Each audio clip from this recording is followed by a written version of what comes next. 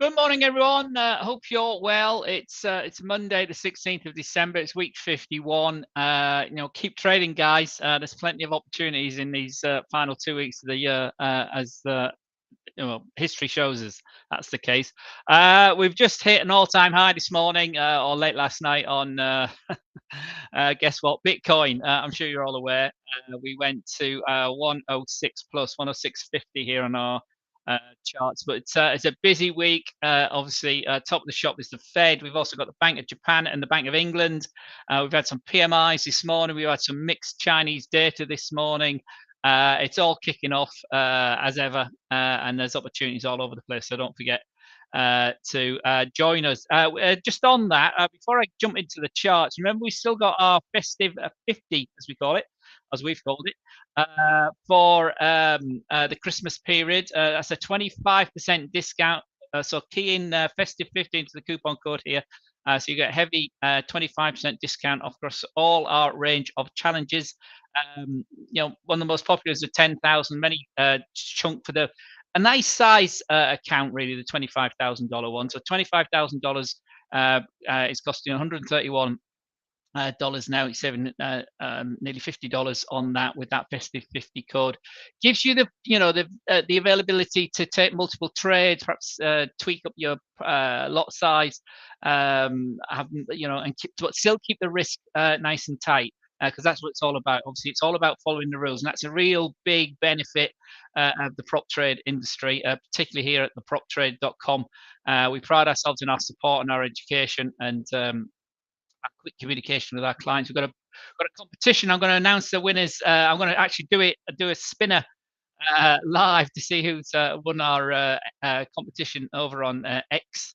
I still find it difficult calling it X, but anyway, from our Twitter competition.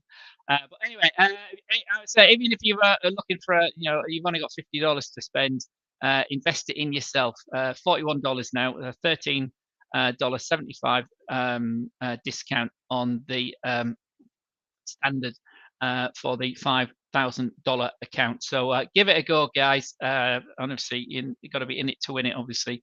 But I say I'm here to help. We're all here to help. So let's just whoops, didn't mean to do that. Let's get you the platform back. So there's our crypto chart topping out at where am I going to? Let's make that a wee bit bigger. Let's move me out of the way. There we are. So crypto, as I say, 106,500 for Bitcoin. Expectations of some comments from Trump yesterday about the SEC situation. Obviously, some profit taking this morning. A tad, it's under its 20-hour moving average at the moment. But if you just look at the daily chart, as I'm sure who trend following traders are, we're just very, very, very well bid, and over 100,000 this month, and off we go. 105, 6,530 on our platform here, and 103,800 currently this morning. So if we look at the calendar for the week ahead, if I just bring that up there as well. For some reason it's skewed off this morning. I don't know why it's gone like that. These are the high impact events according to investing.com. Lots gone on this morning. If I just tweak this and show you the what they call the not secondary, but their medium impact event. You see the PMI data and the Chinese data this morning. The industrial production was was much better than expected, or in line with expectations, showing a bit of robustness there. But the retail prices, retail spending actually cut, so that was a big miss for retail. Again, it hasn't put that on there for some reason.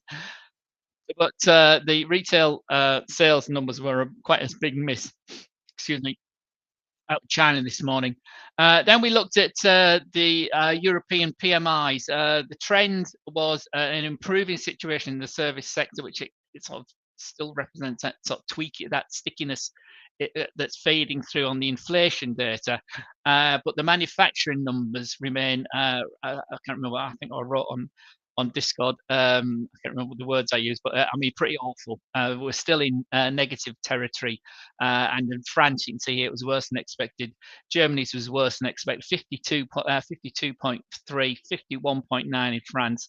Obviously, on top of that, they've got the whole political unwinding in France. Macron named a long-time ally and veteran to be the new prime minister over the weekend as well. But things not great in the two biggest economies, certainly the two biggest manufacturing economies in Europe. Sectors very much in decline. Services, on the other hand, is ticking up. Still in decline in France. Germany managed to cross that key 50 threshold.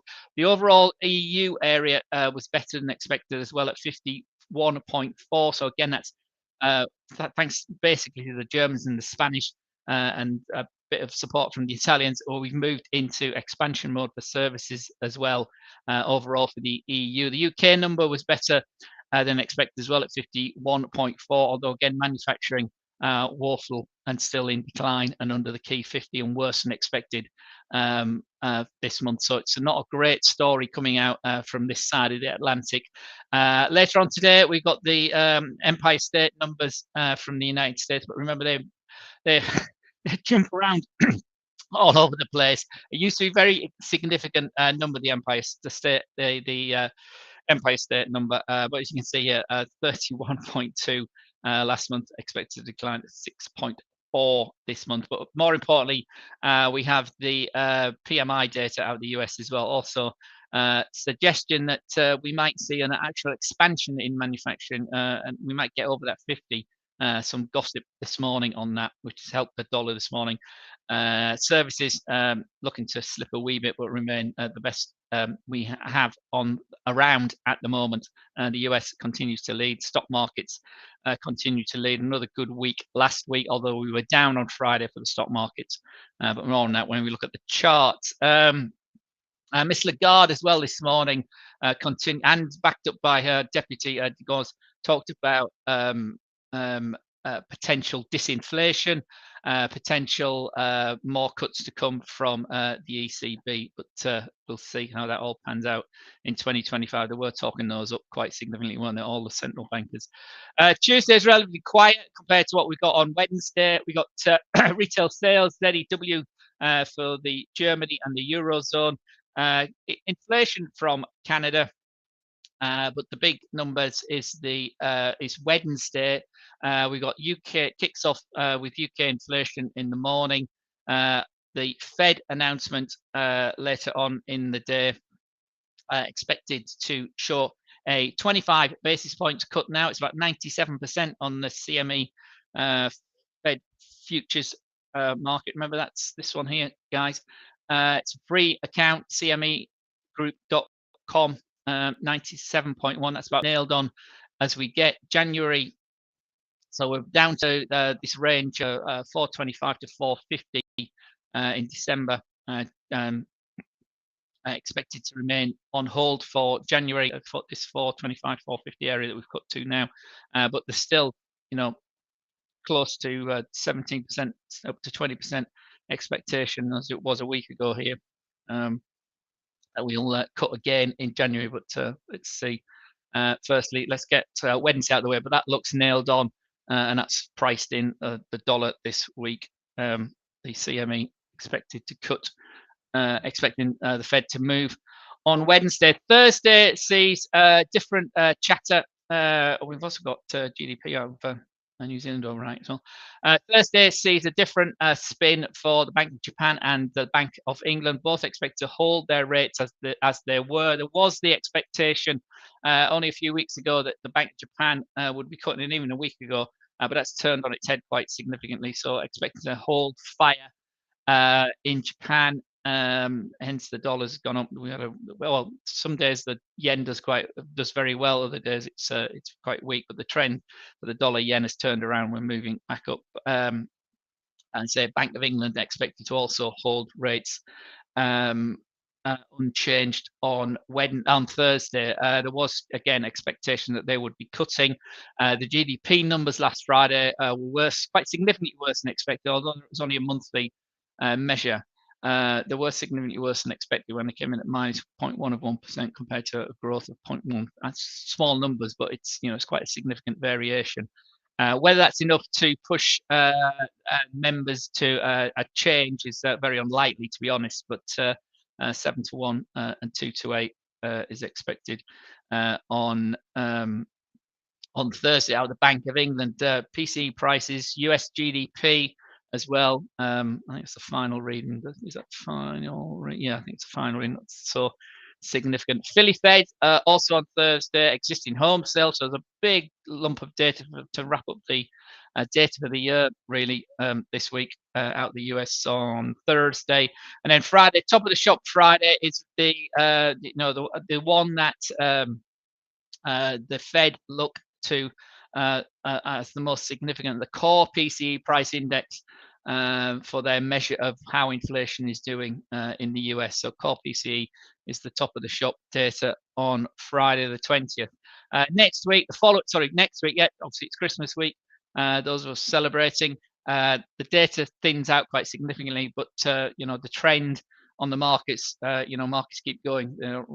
Obviously, they care for the end of the quarter, the end of the year, and the end of the month, and all that sort of stuff. But the trend keeps going. Expectations very much will then be focused into January and the inauguration of new President Trump for Trump 2, 24 to 28. Let's see what the world, how the world reacts and what that brings for us. So anyway, back to the charts this morning.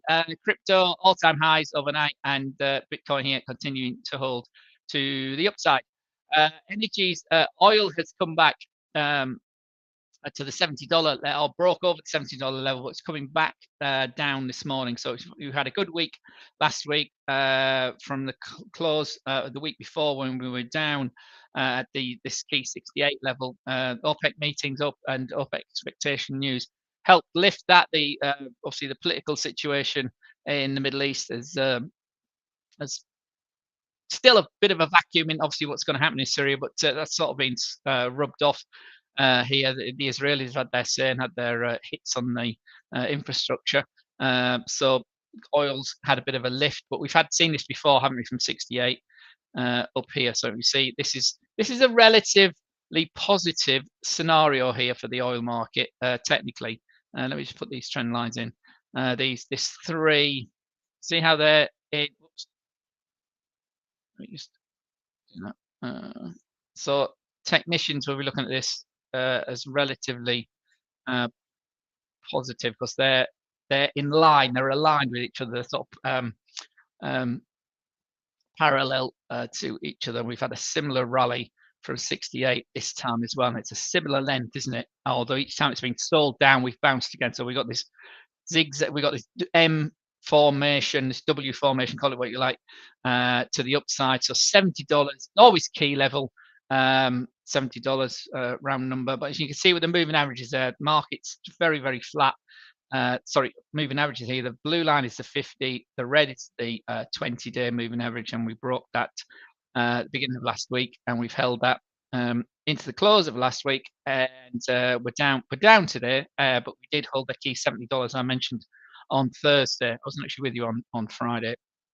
I uploaded a little technical strategy 5-minute video on Friday, so have a look for that. It'll be up on our website shortly. So energies, interesting scenario. $70 for US oil, UK oil around about that $74. Remember the Brent wider traded than USI.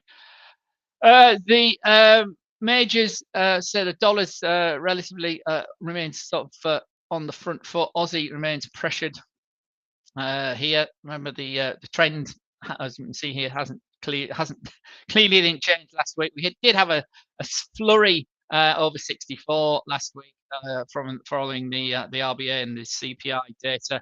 But it was only intraday. Big negative candle. Could have been marking the bottom of the downtrend, but we still got this December low that we got on the 11th at 63.35 area. So that's still a target to the downside. The trend remains to the downside, so be careful trying to buy. Bottom on this Aussie against the dollar.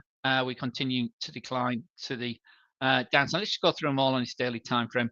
CAD again pushed new 2024 highs or last week, and we're higher again today. 142.42.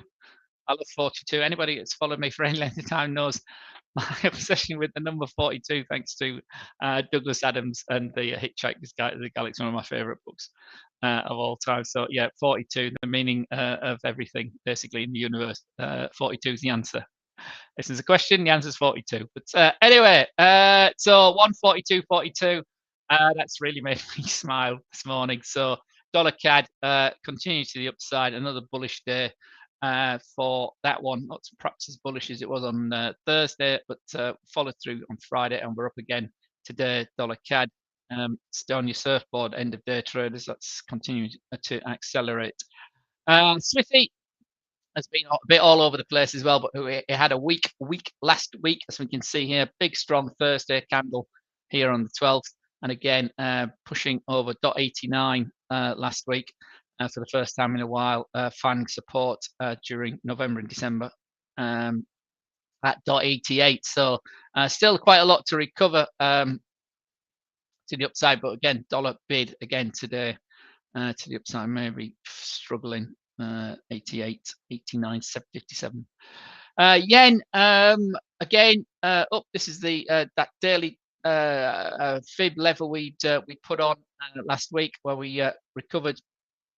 We were looking at targeting the 50 level earlier in the week. We had a strong day Thursday, as we saw for the dollar, and but interestingly, we stalled right on the 61.8, the key golden ratio for the Fibonacci levels.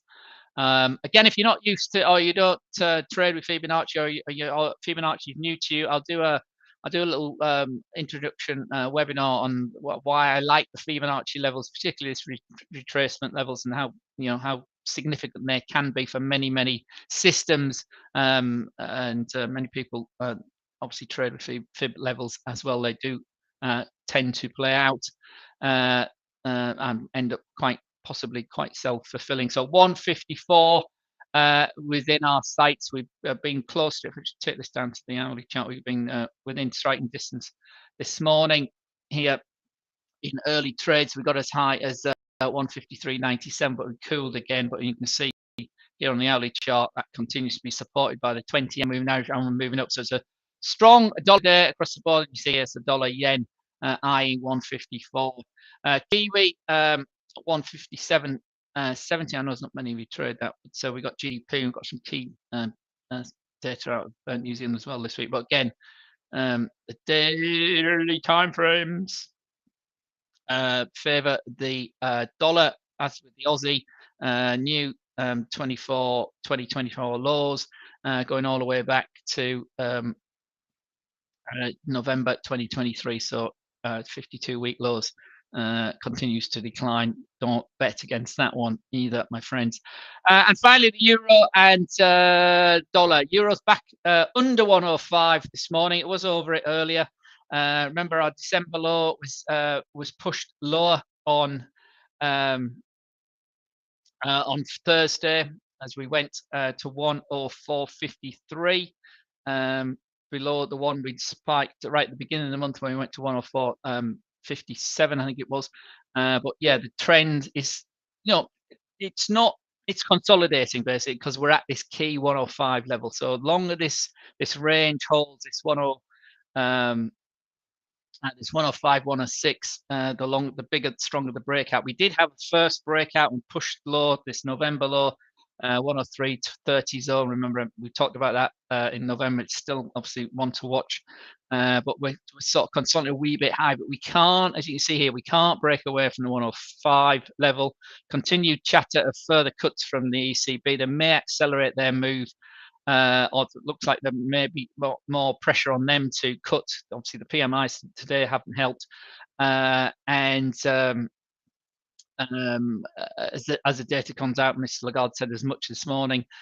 So yeah, the chatter of parity, which first came out earlier in the year, won't go away, especially if we spend extended times under the key 105 level.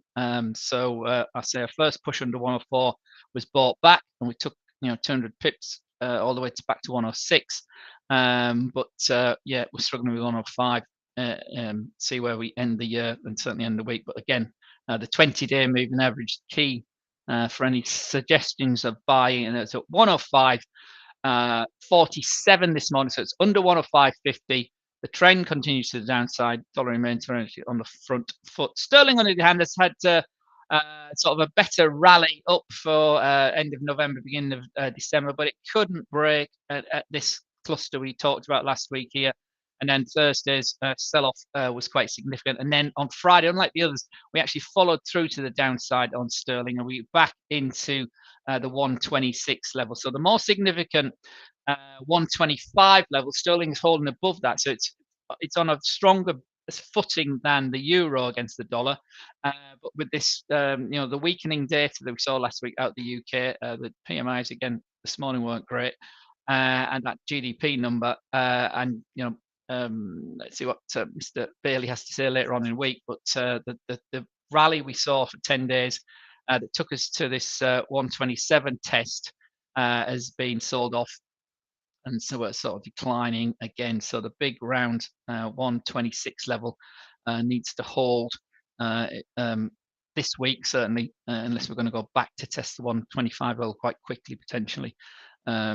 And there's our upside target, is the 20-day moving average, flattened, but now dipped after those 2 days of down action, price action on Thursday and Friday.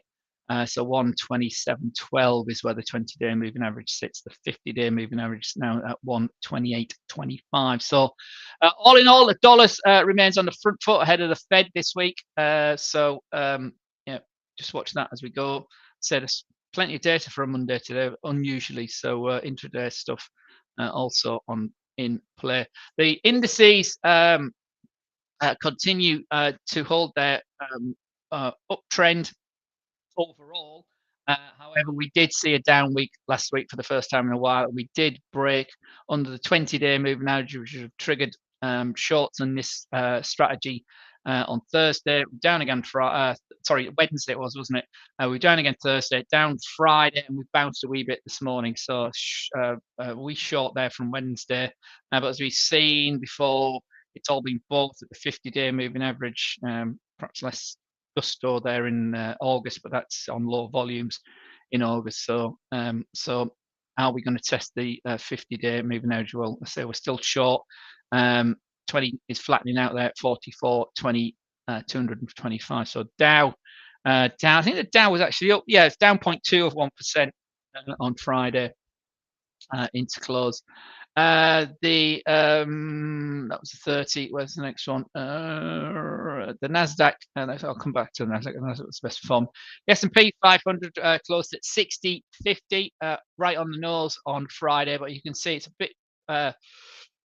As we said last week, the industrials have been under a bit more pressure than the wider market. We have this phenomenal move on Friday for Broadcom. It was up 25% into close. It was up even higher than that during the day. Huge move for Broadcom. Joins the $1 trillion club. Broadcom shares, AVG if you're AVG, or if you trade the individual shares, but that's helped the S&P and the Nasdaq and the Nasdaq 100 certainly.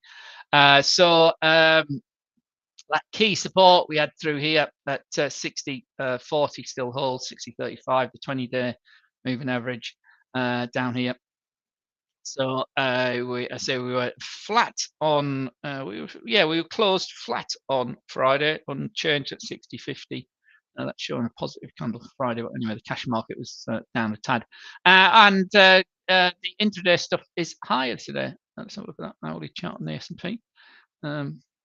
It's going to look very nice. Oh yeah. So yeah, we've had a few ticks to the upside. What day is it today? 16th. Where's my day started? Oh, there we are. Obviously, that was the gap there as we opened. So yeah, it's moved up. Initial target 60.90, 60.93 on the 6,100 level. Possibly is stretched too far. It was here last week, but see where we go. That's a positive start for the futures. So far, Nasdaq 100, 21,900 has been breached. So another that was a positive day on Friday. And again, obviously lifted particularly by Broadcom. Tesla was also up 4%. That's a big move for the day as well for Tesla on Friday. So 21.95. And if we look at these all-time highs, they continue to push higher. 21,200 is obviously the next. Sorry, 22,000 is the next line in the sand for the Nasdaq 100, and the trend remains very much to the upside. So stocks are bid, dollars stronger, yields have cooled somewhat from where they were, and it's as we go, and this is a typical December strong rally here for December. We may turn around obviously in the next 2 weeks, but we shall see. Well, only time will tell. But history shows that the first 2 weeks tend to be a bit more positive, the volume starts to drain out of the market obviously next week. But here we are, only 2 weeks to go to the end of the year. So everything on the up for indices. And finally, everyone's favorite asset, gold, had a big turnaround last week as the daily chart. So we completed this move, as we were mentioned, at 2720 zone, the sort of buying back this big down candle we'd seen on the 25th of November. Strong week last week, but then we turned around on Thursday, and we had a big down day on Thursday and Friday, and we were back into where we were struggling to break above for 9 days. Remember that breakout? So it was very, very rapid for 3 days. Nicely, thank you very much. But then it turned around. And on Friday's close, it triggered a short position, which has been bought back this morning. So this level, which was resistance to us breaking out of this sell-off on the 25th, this you see here is at that 38 fib level, around about the 2650 level. We ran into and closed right on it on Friday, triggering a short on this end of day chart set up. Maybe a bit premature, but there we are. 2650 is now the key support area, which was a key resistance area for best part of 2 weeks, wasn't it? So, and we've bounced off that so far this morning. So we'll see where that goes this week as well for gold. So there we go. I say a week ahead, lots going on. A quick recap. So Wednesday is the key day. Wednesday, it's the Fed announcement, but it is expected that they will cut 25 basis points. So it is nailed on in a sense. So there mightn't be, or there shouldn't be any significant volatility. Inevitably, there will be because it's a high impact event, and the players tend to use high impact events, even though they're in line with expectations to potentially offload or buy their particular assets, whether it's currencies or stocks or commodities or whatever it is. Key will be obviously how the press conference goes half an hour after the announcement. So watch that with Mr. Powell and co later on Wednesday. And then similar sort of shenanigans we could see from the Bank of Japan and the Bank of England later on the following day on Thursday. Similar scenario, people trying to offload sterling or gain sterling or whatever it is, UK assets or Japanese assets, use some of these big announcements to hide their trades, but create false volatility sometimes. But again, neither of those two banks expected to change rates. Perhaps a change of tone from both sets of central bankers there. So watch the press conferences from those two group as well. And then say we've got GDP, we got inflation from other countries, got the housing data from US. But the key for Friday is the core PCE price index on Friday the 20th out of the United States to round off the week. So lots and lots of activity going on. Lots of things could potentially happen. So don't forget our 25% festive 50. Let me just put that back up, and then I'll do the spinner. I know a lot of you are waiting for the winner of the our competition over on X. Let me just find that's my it's this it's on the calendar, wasn't it? But anyway, let's just do our where's it gone? It's down here somewhere. Here we are. Let me just bring in our spinner. So these are our 34 participants. It's a freewheel setup. So let's see how we go. So first up, I'm going to make a physical note of this as well. Has fallen to where did we go? Where did Ben go? So well done. Where did Ben go? I'm sure everybody else. Let me make a note of this. Excuse me. Where did Ben go? Remember, we got three. I think it's $10,000 challenges, isn't it? Yes, I should know. But I'm pretty sure it's three $10,000 challenges we can win. So let me just do that again. So we got three. So where did Ben go? Well done. We'll be in touch with you later on today, or my colleagues will be. Looks like it's Laz 13, doesn't it? Yeah, Laz 13 is the second one. Laz 13. Can you hear the applause? I can hear in my headset here. I don't know if you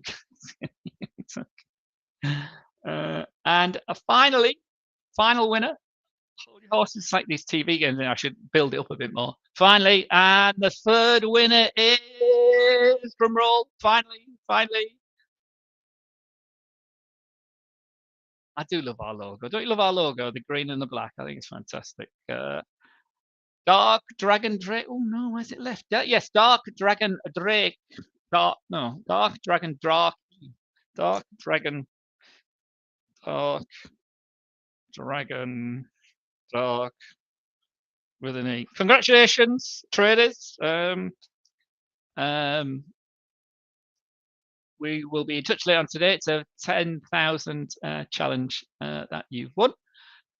So let me just leave you with the gold chart bouncing off the 2660 level. We were looking at last week as an uptick. So we're short on the end of day basis. The hourly chart, this hourly trending system went long here at 12 o'clock, half an hour ago, and we're immediately out of their money. But there we go. That, my friends, is trading. You've got to have your system, follow your system. Stop loss will be here 26.45, long here at 26.60. So there's a big $20 gap on this strategy, but see if that comes back. Remember, it's against the trend because the daily trend, as we went short on Friday, is down. Anyway, I'll leave you with that. All the very best. Have a great Monday. Watch the US PMIs later on today, and we'll see you all again tomorrow. So take care. If there's any UJ just said congratulations to whoever's just won. Yes, so those winners. Let me just read it again. Last 13, Dark Dragon Dark, and where did Ben go? Well done, guys. See you all soon. See you tomorrow. Take care, and may the pips be with you as ever. All the best. Bye-bye.